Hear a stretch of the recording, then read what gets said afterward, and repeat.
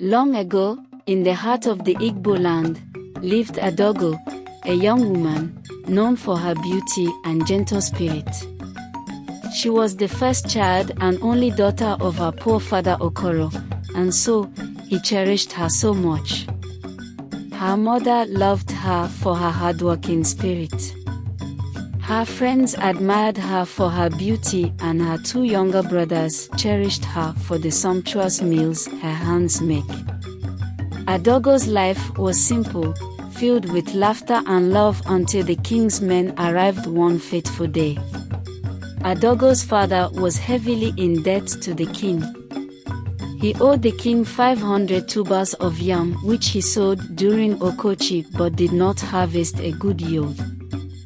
Unable to repay, he faced an unbearable choice.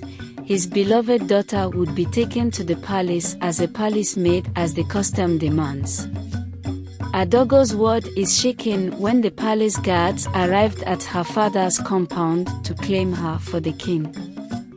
She tries to resist but is finally persuaded by her father, who tearfully urges her to go for the honor of the family and the tradition. And so, with tears in her eyes, Adaugo was taken to the palace. Adaugo's arrival at the palace did not bring the warmth she hoped for. The two queens viewed her as an intruder, someone who disrupted the balance in their royal household. Even more concerning is the fact that Adaugo was a pretty young girl. They feared that the king might fall for the charm of her beauty. The king, on the other hand, perceived Adaugo to be of no value to him and the palace other than a poor palace maid. Nevertheless, Adaugo's spirit was strong. She made up her mind to make the king and the queen see her from a better light. On her third day at the palace, she prepared a meal like no other, a rich ofe egusi that wafted through the palace halls, captivating everyone. After cooking, she asked the other palace maids to assist her in taking the dishes to the king's chamber and the queen's huts. After eating the scrumptious meals, the whole royal family were enchanted. Through the flavors of her dish, Adaugo had poured her heart, her kindness and her resilience, winning over the entire palace. Later that day, the king called her and said to her, Adaugo, you have proven yourself worthy and gifted. Tell me what you desire and it shall be granted. Adaugo took a deep breath and spoke, her voice calm yet filled with longing. Great King, I ask only that my father's debt be forgiven and that I may return home to him.